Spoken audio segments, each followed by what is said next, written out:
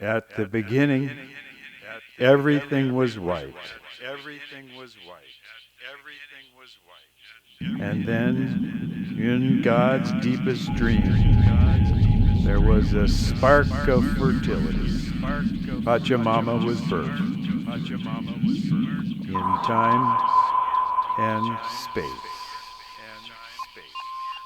And the earth school, our home, was created. And the fertility goddess Pachamama opened her arms for our place to learn our lessons. Hey!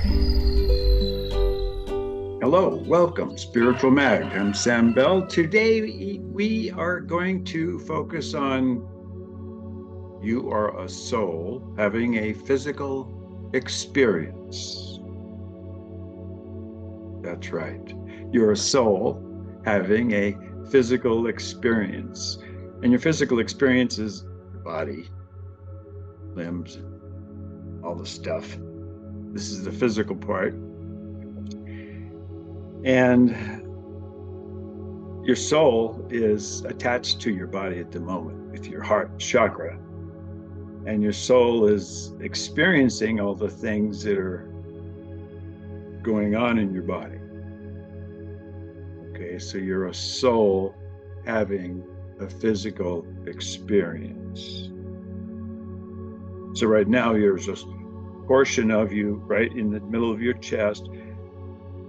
It's not really your heart, but your heart is associated directly with it, but it's not necessarily your heart. It's more a sixth dimensional energy of, some people call it Christ consciousness or Buddha consciousness or whatever, but that's where this connection is. From you into your own soul, okay? So there's a part of you here that's having a physical experience. Yay! Like when I got to the spot here, I had to climb, man, it was not easy, I'm telling you. Very interesting. 1999, I'm on an island in New Zealand, have a meditation center. My guardian angel, I ask her, where can I go to improve the world? And she points out a spot. I douse a world map and a bunch of maps. And I douse it out to a place in Arizona, but there's nothing there. It's out in wilderness. So I've had excellent success rate working with Daisy, my guardian angel. So I went there, and very interesting, very interesting. So now it's 2022, 2021, an off-planet vehicle with two entities got out. I did not see it. I asked Daisy where to go to connect to the other side, to off-planet beings who hold unconditional love. And Daisy pointed out the spot, outside Chilca in Peru. So I went there. In the process, met a gentleman who met me, who needed some answers about the spot that I went to in Arizona. So, 20 years ago, more than 20 years ago. Junior. So what I just went through physically, I'm 74 now, was my physical experiences that my soul went through that provided me some firsthand lessons. Seriously. So the body is a vehicle. You're not your body. You might think you're your body, but when you leave your body, you'll go, I wasn't my body. I was inside my body. So it's this way that you incarnate, that you enter a vehicle. Your soul does. You chose to do that. And then the right situation had to come up with a mommy and a daddy and everything. And then, 6.5, 7 months is when you entered into the tummy part. And then that's when your soul entered into the womb, and that's when you participated in free will incarnation to go through all the stuff that was charted ahead of time. It will help you advance in your compassion and patience and your unconditional love for yourself and others. Now, words are not really good for where we're going here, but basically, your body's a vehicle. So I could say, okay, I have an earache. We go to the doctor, it's all red. He look at my tongue, that's swollen on this side. He says, okay, you have something's going on there. You've got some clogging. So you need to flush it out. So they wash it out. And they give me some medication to gargle with, and they give me a shot. I go home and it's fine. The machine gets fixed. The physical body, the machine gets fixed. And often that's confused with your soul.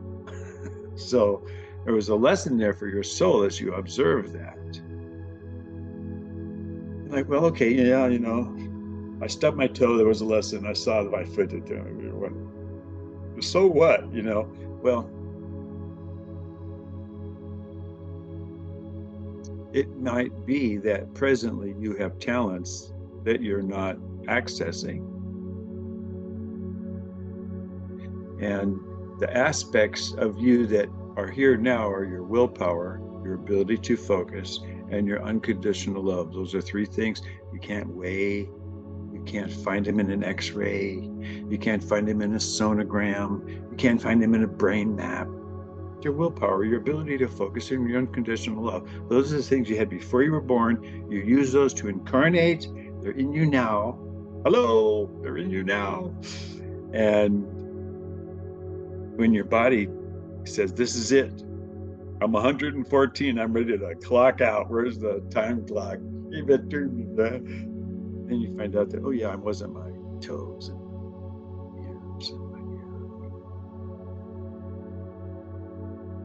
And the school becomes very obvious in that you've taken with you, with your willpower, unconditional love, and ability to focus, all the love stuff that you exhibited and processed during your last incarnation. And that's what you take when you go up that light. That's kind of what happens. So if you have a lot, you bring a lot. There is no hell. There is no hell. Okay.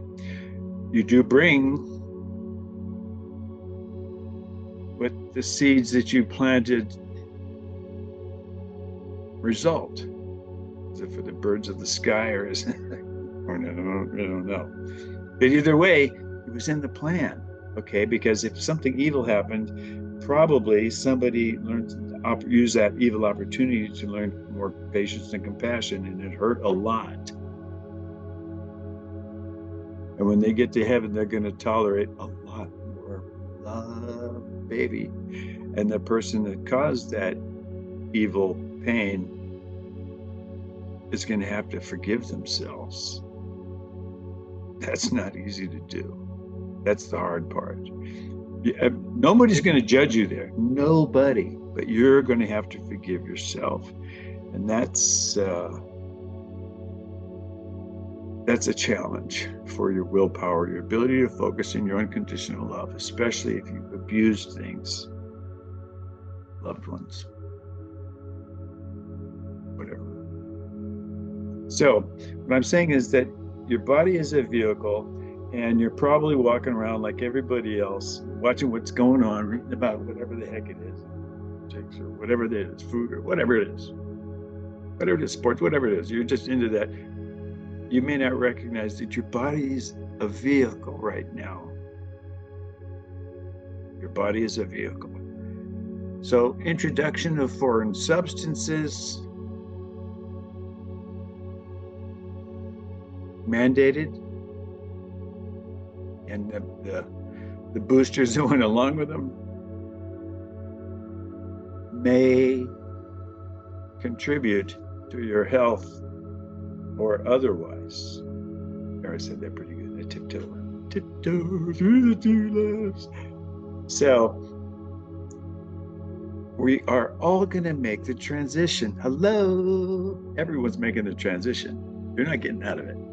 So may I share that you will never be more dead than you are right now. That's correct. You heard me right. You'll never be more dead than you are right now. Because when you leave your body, it's like really nice. I'm telling you, man. Whew. It's very cool. So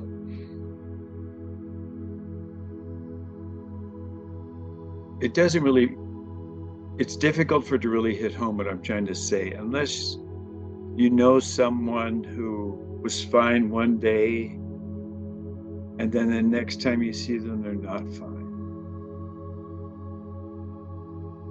That's kind of how it happens.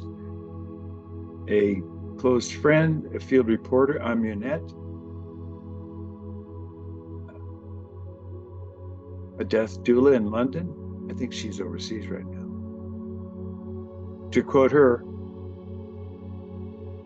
life is very, very precious. Okay, just a life action. So,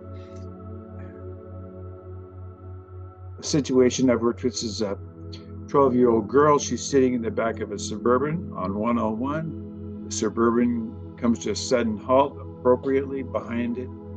It is rear-ended. She becomes a quadriplegic. So now she's a 12-year-old girl who has acquired loss more than freedom, just loss of just about everything. You can't do anything. You're completely somebody else's. You want to put on a sock or sunglasses or do anything, somebody's got to do it for you. Horrible. This is happening nonstop all the time across the United States, across the world, people having spinal cord injuries. It's not surprising. And it's not till then, for many people, it's like, oh, I wish that I used my talents more appropriately the time that I had them, or the things I could have done. And in a sense, each of us need to appreciate that sometime that will be us, and we'll be outside our body, and it'll feel like exactly like it does now. You won't be any smarter, except you'll go, wow, I'm outside my body. It's true, it's happening. That's what happens. So in hindsight, you want to say, wow, I did my best. I did my best. I did not judge people. I did judge their actions, but I did not judge the people because I didn't really know the full picture. Because now I see Earth is a school for our physical vehicles to go through. Earth is a school for all these lessons. These aren't lessons you can get in heaven. No.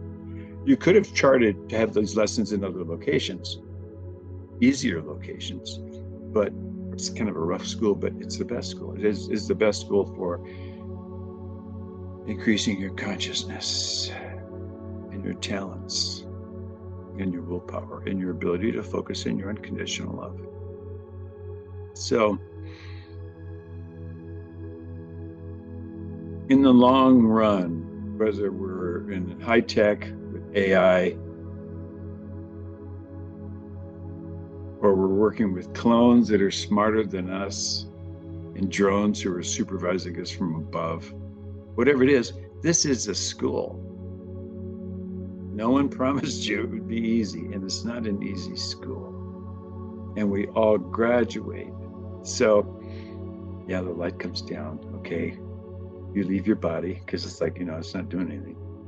And your loved ones are up there, and there's one hell of a party gonna kick off when you get up there, but they're not going, come on, come on, come on. They're not doing that. Your pets will come down like crazy, but they'll just be up there going,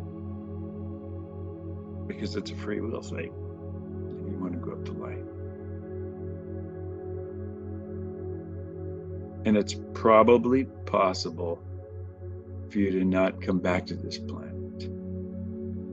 and you just stay in a place that you really, really like and love.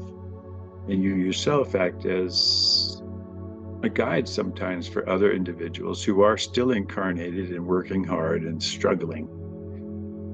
Because it's not really going to be completely resolved. Earth is designed as a school. It's designed as a school. It's not designed as a heaven. Like John Lennon said and exhibited, the more loving you are, the faster you go. Also, the love you made is the love you take. It's just that simple. So you are, in fact, a soul having a physical experience. And each day as you progress in elevating your consciousness, you will realize you don't die. You don't die. Your body stops, but you keep going. Hello? 96% of the people who've had a near-death experience lose their fear of death. 96%, it's hard to get 96% of anything. Think about it. That's really the way it is. That's really the way it is. Okay? And for many people, myself included, greed for control is something we can easily struggle with. If someone is bound to learn a lesson the hard way, there's nothing you can do to stop them. And if you did stop them, they wouldn't learn their lesson. Then it might even be a bigger boo-boo later. So in the big picture, there's no such thing as judging a person because you don't know what the story is that was contracted before you incarnated that you're going through now. It is like, not fun. B.B. King solo. Okay, so recognize you don't pass on, you continue. The love you make is the love you take. What you're using right now, you're listening and you're looking and your focus and your ability to not judge yourself. You can judge your actions. You can't judge you though, because you don't know what you're supposed to learn on that or what somebody else was supposed to learn. It's very clear though. When you get to the other side, it's totally clear. And everything's like, oh, that's why. Every subatomic particle knows what to do. Okay. We'll leave it there. You and all your loved ones are always in my prayers. Spiritual Mag.